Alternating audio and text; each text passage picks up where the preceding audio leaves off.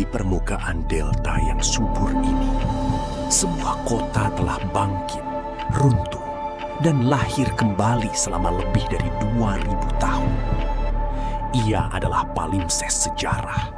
Setiap era menulis ulang tanahnya, dari rawa pesisir menjadi pusat gravitasi Asia Tenggara. Dari komunitas hidraulis kuno hingga metropolis yang kini menghadapi tantangan ekologis global.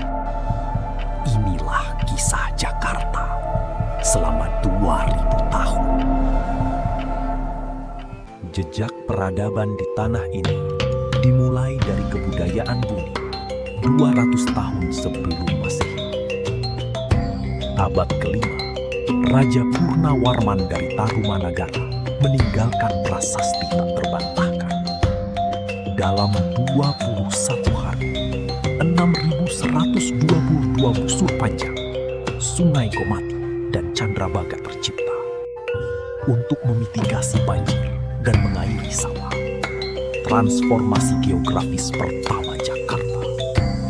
Kemudian datang Sunda Kelapa, pelabuhan lada yang menghubungkan pedalaman Jawa dengan dunia. Dari Tarumanagara hingga Pajajaran, air telah selalu menjadi kunci kekuasaan di delta ini.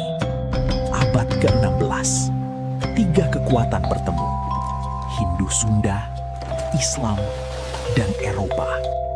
21 Agustus 1522, Perjanjian Luso-Sundanese, sebuah aliansi yang tak pernah terwujud. Batu peringatan setinggi 165 cm didirikan, namun bantuan Portugis tak kunjung datang. 22 Juni 1527, Fatahillah menyerang. Sunda Kelapa jatuh. Dari abunya lahir Jayakarta, simbol kemenangan yang kemudian diabadikan sebagai hari jadi kota ini. Jayakarta berkembang sebagai kota pelabuhan Islam yang makmur. Istana, masjid, dan alun-alun yang jadi pusat kehidupan. Namun, kedatangan VOC, Verenigde Oost-Indische Compagnie, mengubah segalanya. Mei 1619, Jayakarta dihancurkan. Pangeran Jayakarta terpaksa mundur ke pedalaman. Di atas runtuhan Jayakarta, fondasi sebuah kota Eropa mulai didirikan. 30 Mei 1619, VOC resmi menduduki tanah ini. Namanya Batavia. 4 Maret 1621, Batavia secara resmi menjadi stat, kota yang dirancang seperti Venesia. Kanal-kanal kaku meniru Belanda, sarana transportasi sekaligus drainase di lahan rawa. Kastil Batavia selesai dibangun, pusat saraf administrasi, militer, dan gudang rempah. Gudang rempah di barat dan timur kini kita kenal sebagai Museum Bahari. Balai kota pertama berdiri, pusat pemerintahan kolonial yang kaku. Tapi tropis tak bisa ditaklukkan. Kanal menjadi sarang nyamuk, malaria dan disentri melanda. Batavia lama ditinggalkan. Yang kaya pindah ke selatan, mencari udara yang lebih sehat. Ekspansi ke selatan dimulai, menuju sebuah tanah partikelir bernama Weltevreden. Tahun 1808, Daendels menghancurkan tembok-tembok tua. Batavia berpindah ke Weltevreden. Paradeplatz dibangun. Kini kita kenal sebagai lapangan banteng. Koningsplein menjadi poros baru. Kini Medan Merdeka. Het Grote Huis, pusat pemerintahan baru yang megah. Stasiun Weltevreden dibuka. Rel menghubungkan kota dengan dunia luar. 1937, gaya Art Deco yang elegan mengubah wajah stasiun.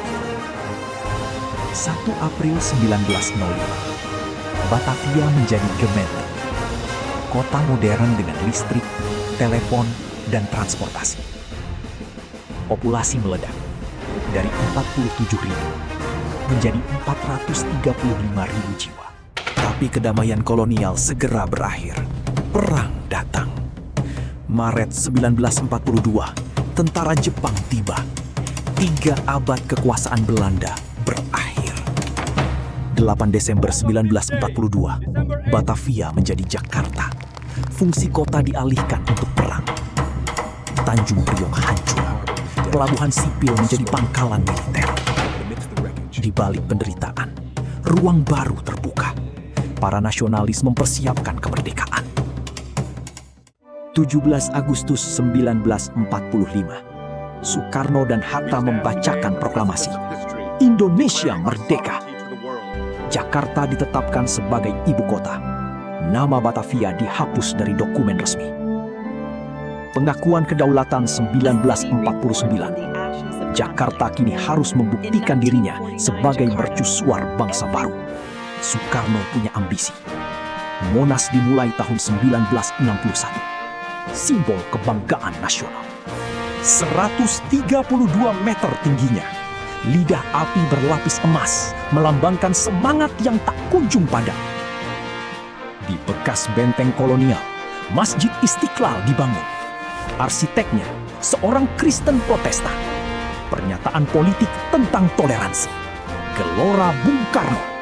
Kompleks olahraga untuk Asian Games 1962. Indonesia di panggung dunia. Hotel Indonesia.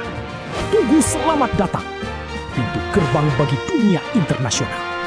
Sarina. Pusat perbelanjaan modern pertama. Simbol ekonomi baru. Wisma Nusantara. 30 lantai. Pencakar langit pertama Asia Tenggara. Tapi 1965 menghentikan segalanya. 1969, kerjasama dengan Mitsui Jepang.